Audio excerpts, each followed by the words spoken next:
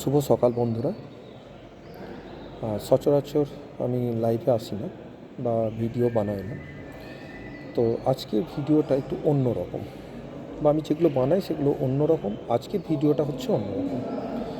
এই অন্য রকমের অর্থ হচ্ছে যে আমাদের যে ইলেকশন, মানে আমাদের পশ্চিমবঙ্গের যে ভোট, সেই ভোটের পরিপ্রেক্ষিতেই ভিডিওটা। আমার এই এতদিনকার কর্মজীবনে বা আমার যে এক্সপিরিয়েন্স আছে আর কি, তো তাতে আমি একটা জিনিস খুব ভালোভাবে বুঝেছি যে আমাদের পশ্চিমবঙ্গের ভোট এবং ইন্ডিয়ার অন্য কোনো স্টেটের ভোট, দুটোর মধ্যে কিন্তু আকাশ পাতাল পার্থক্য।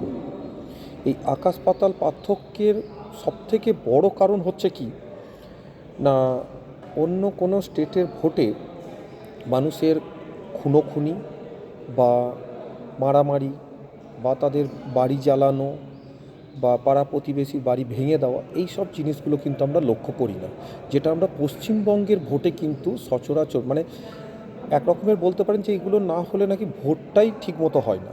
এই ধরনের একটা মানসিকতা কিন্তু পশ্চিমবঙ্গের তৈরি হয়েই গেছে। এবং আমরাও যখন যাই বা আমরা যখন ডিউটিতেও যাই, তখন আমাদের অন্য ছেলেদের মুখ থেকেও শুনতে পাই যে পশ্চিমবঙ্গের ভোট মানে এগুলো হবেই, এরকম একটা ব্যাপার। তো যাই হোক, আমার বলার একটাই উদ্দেশ্য যে যারা এই ভোটে অংশগ্রহণ করছেন বা যারা অলরেডি কোনো পার্টির সঙ্গে যুক্ত আছেন, তাদের জন্য আমার একটাই অনুরোধ: পার্টি আজকে আছে, কালকে নেই, কিন্তু আপনার পাশের বাড়ি বা আপনার প্রতিবেশী, সে কিন্তু সারা জীবন আপনার সঙ্গে থাকবে। আপনার বিপদে আপদে আপনার পার্টির থেকেও আগে কিন্তু আপনার প্রতিবেশী আপনাকে হেল্প করবে।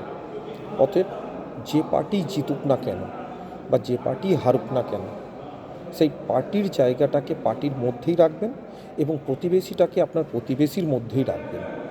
তাই পার্টি জিতুক বা হারুক, সেই নিয়ে প্রতিবেশীকে আঘাত করবেন না, চেষ্টা করবেন না করার। কেননা কখনো কি দেখেছেন যে পার্টির যে বড় বড় নেতারা, তারা কি একজন অপরজনকে মারামারি বা কোনো কোথাও কিছু মারধর বা কিছু করে? কখনোই দেখতে পাবেন না।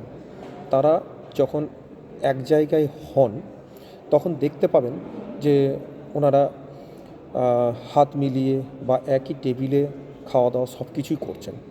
কিন্তু আমরা যারা নিম্ন বা মধ্যবিত্ত পরিবারের ছেলেমেয়েরা, তারা কি করি, আমরা এই পার্টিটাকে নিয়েই আমরা নিজেদের মধ্যে মারামারি, খুনোখুনি এইগুলো সব করতে থাকি।